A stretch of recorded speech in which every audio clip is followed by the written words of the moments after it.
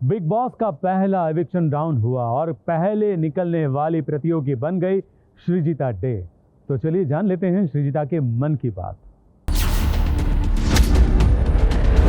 मैंने तो बिल्कुल भी एक्सपेक्ट नहीं किया था। जो इस सीजन में सबसे पहले घर से बेघर होने जा रही है, उनका नाम है इट वॉज अनबिलीवेबल। श्रीजिता। अफसोस की बात है, दुख की बात है कि शायद ऑडियंस ने मेरा साथ नहीं दिया। बहुत ही दुख की बात है। मैं मुस्कुरा तो रही हूँ पर अंदर से बहुत ही दुखी हूँ।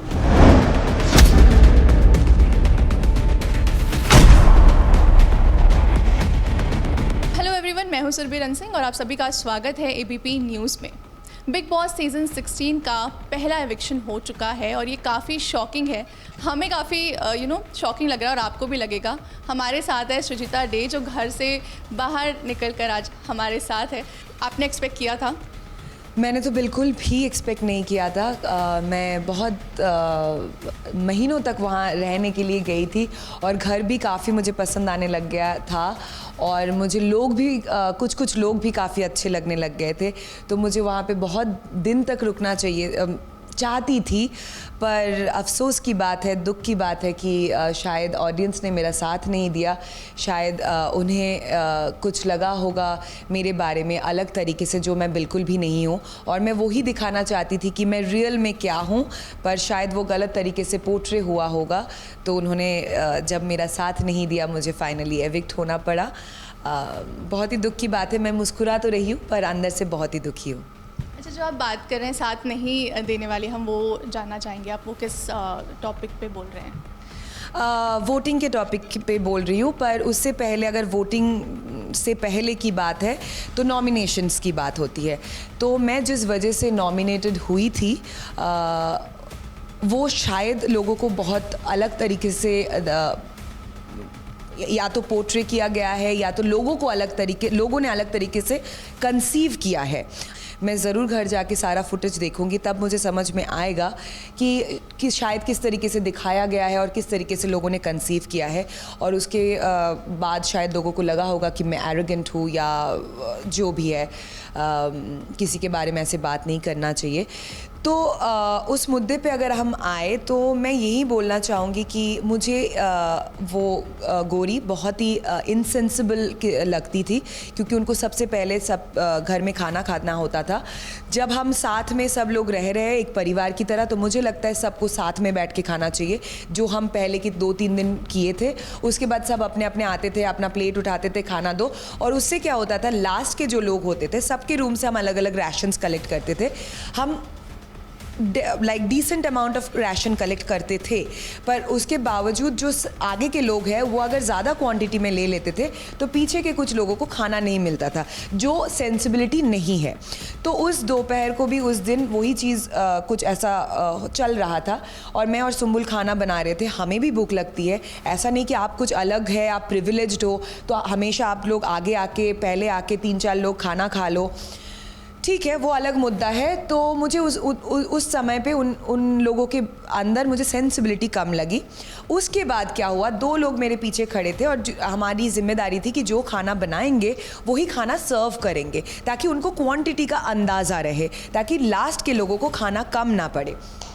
तो 2 लोग मेरे पीछे खड़े थे, आई थिंक शालीन और निमृत, जिनको मैं खाना सर्व करने वाली थी। तो मैं नीचे से कपबोर्ड से कटोरी निकाल रही थी, तो उसी कपबोर्ड के ऊपर जो ड्रॉर है, उधर से मैडम को निकाल के हाथ पोंछना था। तो मैडम ने अभी खाना खा लिया, पेट भर गया उनका। उसके बाद हाथ धो के, ये नहीं कि मैं कोई टिश्यू से पोंछ लूँ या बाथरूम में जाके टाल से पोंछ लूँ या पीछे माइक्रोवेव के ऊपर जो टाल्स रखे हुए उससे पोंछ लूँ, नहीं, उनको वही जगह पे वही गमछा जो अर्चना लेके आई थी उनके साथ, तो वही गमछे से पोंछना था। तो यहाँ पे मुझे इतना ज़्यादा सेल्फिश लगा उनका ये बिहेवियर कि आपने खाना खा लिया, आपको भी भूख लग रही थी, आप थोड़ी देर आके बोल रहे थे थोड़ी देर पहले, यार श्री बहुत भूख लग रही है, यार थोड़ा सा और दे, थोड़ा सा और दे।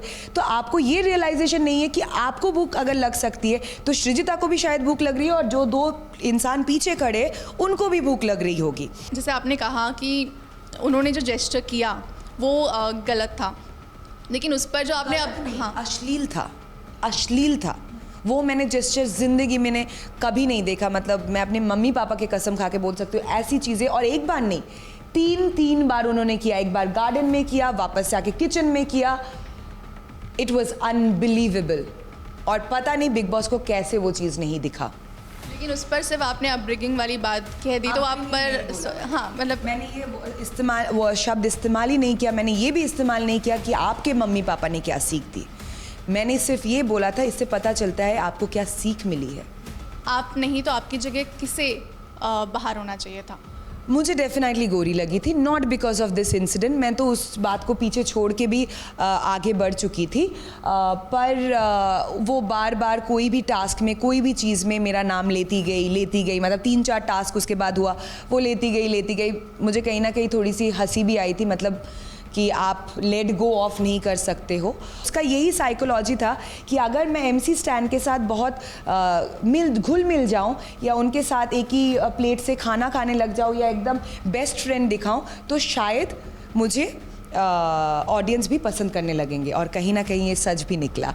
श्रीजिता, आपकी और टीना की फ्रेंडशिप पहले दिखाई गई थी जब आप लोग सलमान के सामने थे, लेकिन उसके बाद अंदर जाने के बाद चीज़ें जो है वो बदली। तो वो एग्जैक्टली क्या था? दोस्ती आपकी और टीना की है या फिर? तो फ्रेंडशिप नहीं दिखाई गई थी। एक्चुअली सलमान सर ने ये बोला था कि आप दोनों तो बहुत अच्छे दोस्त हो, बहुत टाइम से एक साथ काम करते हो। और हमें फिर एक बोर्ड मिला था जिसमें ग्रीन और रेड था। अगर आप रेड दिखाओ इसका मतलब नहीं है, अगर आप ग्रीन दिखाओ इसका मतलब हाँ है। तो जब सलमान सर ने पूछा कि आप दोनों बहुत अच्छे दोस्त हैं तो मैंने डेफिनेटली रेड दिखाया था, क्योंकि हम बहुत अच्छे दोस्त नहीं हैं। और रही बात पीछे की, तो वो मैं करना नहीं चाहती हूँ, क्योंकि उसका कोई सेंस नहीं है। क्योंकि पीछे की बात हमेशा पीछे छोड़ देनी चाहिए। जैसे मैंने गोरी वाली चीज़ में भी बोला कि आपको एक पॉइंट के बाद भूल जाना चाहिए। आप चीज़ों को पकड़ते रहेंगे तो आप एक टाइम के बाद आप ही प्रेशर कुकर की तरफ फट जाएंगे। वैसे it's too early to ask, but आपके अकॉर्डिंग अभी आप जब बाहर आ गए और अब आप देखते हैं तो क्या लगता है कि टॉप 5 कॉन्टेस्टेंट कौन हो सकता है और कौन डिजर्विंग है, किसे होना चाहिए? Honestly it's too early to say. बहुत ही क्योंकि बहुत लोगों की नकाब बेनकाब ये सब होना बाकी है। मुझे ज़रूर 2 लोग तो दिखते ही है, नहीं एक्चुअली 3 लोग तो दिखते ही है। Stand, Nimrit, Gautam and could be also Abdu. तो 4 लोग। या सो लास्टली आप कुछ कहना चाहेंगे ऑडियंस से?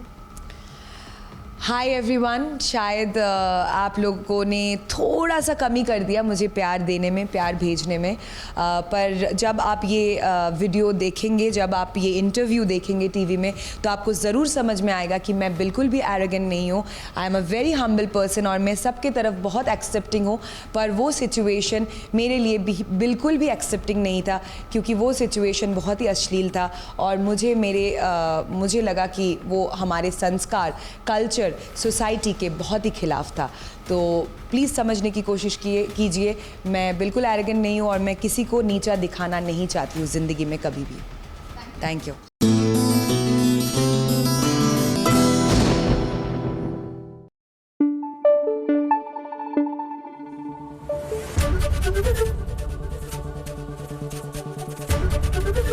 ABP न्यूज़ आपको रखे आगे।